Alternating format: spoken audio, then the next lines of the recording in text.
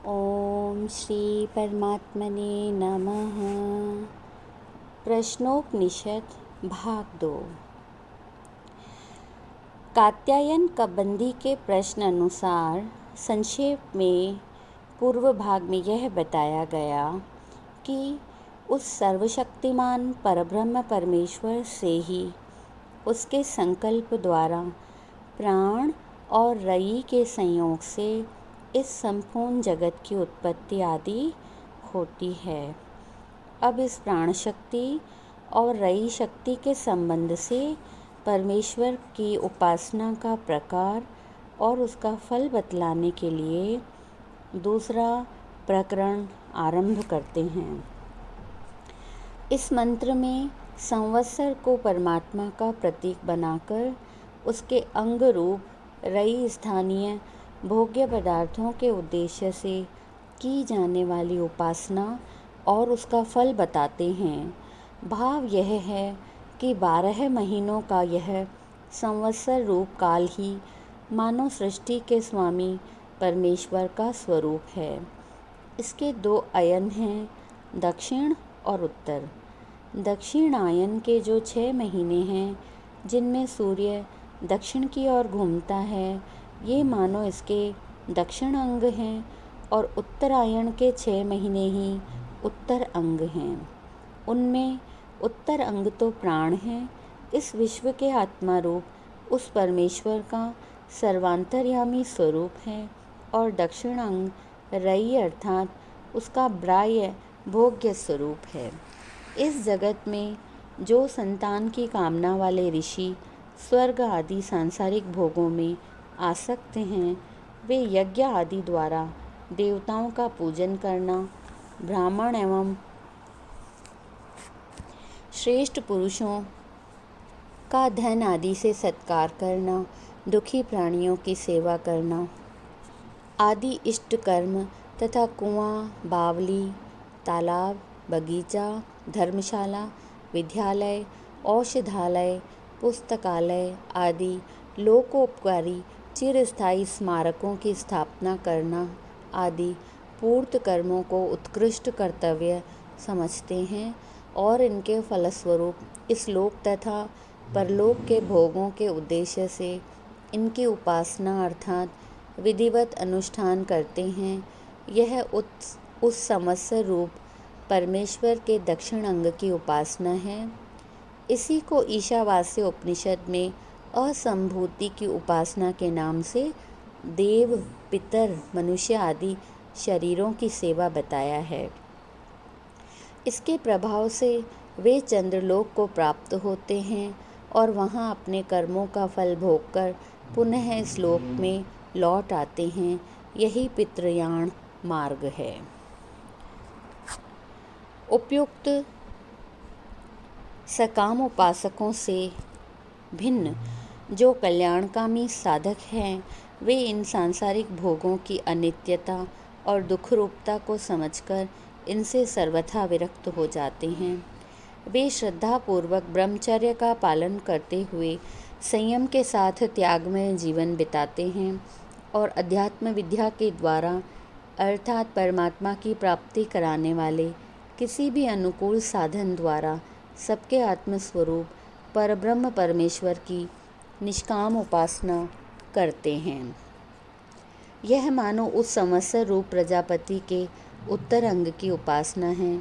इसको ईशावास्य उपनिषद में संभूति की उपासना कहा है। इसके उपासक उत्तरायण मार्ग से सूर्यलोक में जाकर सूर्य के आत्मा रूप परब्रह्म परमेश्वर को प्राप्त हो जाते हैं। यह सूर्य ही समस्त जगत के प्राणों का केंद्र है। यही अमृत, अविनाशी और निर्भय पद है। यही परम गति है। इसे प्राप्त हुए महापुरुष फिर लौटकर संसार में नहीं आते। यह निरोध अर्थात पुनर्जन्म को रोकने वाला आत्यंतिक प्रलय है। इस मंत्र में सूर्य को परमेश्वर का स्वरूप मानकर ही उपयुक्त महिमा कही गई है। इस बात को अगले मंत्र में स्पष्ट किया गया है।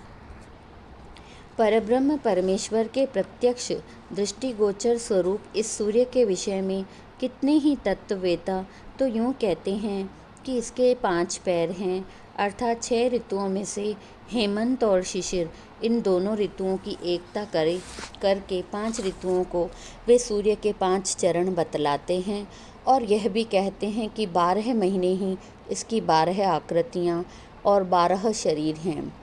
इसका स्थान स्वर्गलोक से भी ऊंचा है। स्वर्गलोक भी इसी के आलोक से प्रकाशित है। इस लोक में जो जल बरसता है उस जल की उत्पत्ति इसी से होती है। अतः सबको जल रूप जीवन प्रदान करने वाला होने से यह सबका पिता है। दूसरे ज्ञानी पुरुषों का कहना है कि लाल, पीले आदि 7 रंगों की किरणों से युक्त तथा वसंत आदि 6 ऋतुओं के हेतुभूत इस विशुद्ध प्रकाशमय सूर्यमंडल में, जिसे 7 चक्र एवं 6 अरों वाला रथ कहा गया है, बैठा हुआ इसका आत्मा रूप सबको भली भांति जानने वाला सर्वज्ञ परमेश्वर ही उपास्य है। यह स्थूल नेत्रों से दिखाई देने वाला सूर्यमंडल उसका शरीर है, इसलिए यह उसकी ही महिमा है। अगले मंत्र में महीने को प्रजापति परमेश्वर का रूप देकर कर्मों द्वारा उसकी उपासना करने का रहस्य बताया गया है। भाव यह है कि प्रत्येक महीना ही मानो प्रजापति है। उसमें कृष्ण पक्ष के 15 दिन तो उस परमात्मा का दाहिना अंग है। इसे रई यानी स्थूल भूत समुदाय का कारण समझना चाहिए। यह उस परमेश्वर का शक्ति स्वरूप भोगमय रूप है और शुक्ल पक्ष के 15 दिन ही मानो उत्तर अंग हैं। यही प्राण अर्थात सबको जीवन प्रदान करने वाले परमात्मा का सर्वंतर्यामी रूप है। इसलिए जो कल्याणकामी ऋषि हैं अर्थात जो रई स्थानीय भोग पदार्थों से विरक्त होकर प्राण स्थानीय सर्वात्म रूप परब्रह्म को चाहने वाले हैं, वे अपने समस्त शुभ कर्मों को शुक्ल पक्ष में करते हैं। अर्थात शुक्ल पक्ष स्थानीय प्राणाधार परब्रह्म परमेश्वर के अर्पण करके कहते हैं, स्वयं उसका कोई फल नहीं चाहते। यही गीतोक्त कर्मयोग भी है। इनसे भिन्न जो भोग आसक्त मनुष्य हैं, वे कृष्ण पक्ष में अर्थात कृष्ण पक्ष स्थानीय स्थूल पदार्थों की प्राप्ति के उद्देश्य से सब प्रकार के कर्म किया करते हैं। इनका वर्णन गीता में स्वर्ग पराह के नाम से हुआ है। इस मंत्र में दिन और रात्रि रूप 24 घंटे के काल रूप में परमेश्वर के स्वरूप की कल्पना करके जीवनों उपयोगी कर्मों का रहस्य समझाया गया है। भाव यह है कि ये दिन और रात मिलकर जगतपति परमेश्वर का पूर्ण रूप हैं। उसका यह दिन तो मानो प्राण अर्थात सबको जीवन देने वाला प्रकाशमय विशुद्ध स्वरूप है और रात्रि ही भोग रूप रही है। अतः जो मनुष्य दिन में स्त्री प्रसंग करते हैं अर्थात परमात्मा के विशुद्ध स्वरूप को प्राप्त करने की इच्छा से प्रकाशमय मार्ग में चलना प्रारंभ करके भी स्त्री प्रसंग आदि विलास में आसक्त हो जाते हैं, वे कभी अपने लक्ष्य तक न पहुंचकर इस अमूल्य जीवन को व्यर्थ खो देते हैं। उनसे भिन्न जो सांसारिक उन्नति चाहने वाले हैं, वे यदि शास्त्र के नियम अनुसार ऋतुकाल में रात्रि के समय नियम अनुसार स्त्री प्रसंग करते हैं, तो वे शास्त्र की आज्ञा का पालन करने के कारण ब्रह्मचारी के तुल्य ही हैं। लौकिक दृष्टि से यूँ कह सकते हैं कि इस मंत्र में गृहस्थों को दिन में स्त्री प्रसंग कदापि न करने का और विहित रात्रियों में ही शास्त्र अनुसार नियमित और संयमित रूप में केवल संतान की इच्छा से स्त्री सहवास करने का उपदेश दिया गया है, तभी वह ब्रह्मचर्य की गणना में आ सकता है।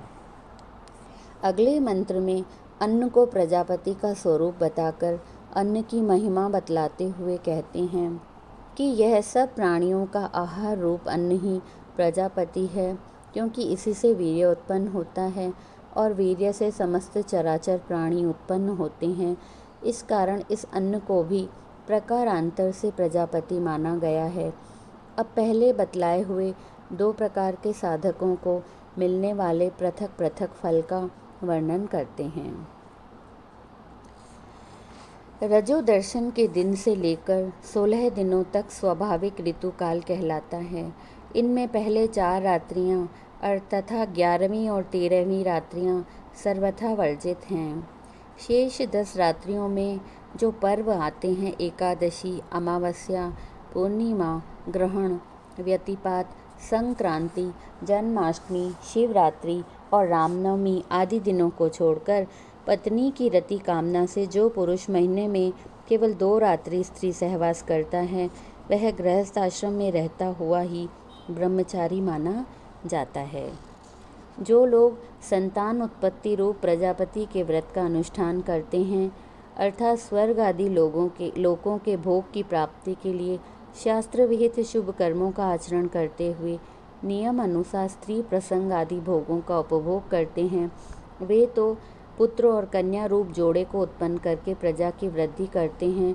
और जो उनसे भिन्न हैं, जिनमें ब्रह्मचर्य और तप भरा हुआ है, जिनका जीवन सत्यमय है तथा जो सत्य स्वरूप परमेश्वर को अपने हृदय में नित्य स्थित देखते हैं, उन्हीं को वह ब्रह्मलोक, परम पद, परम गति मिलता है, दूसरों को नहीं।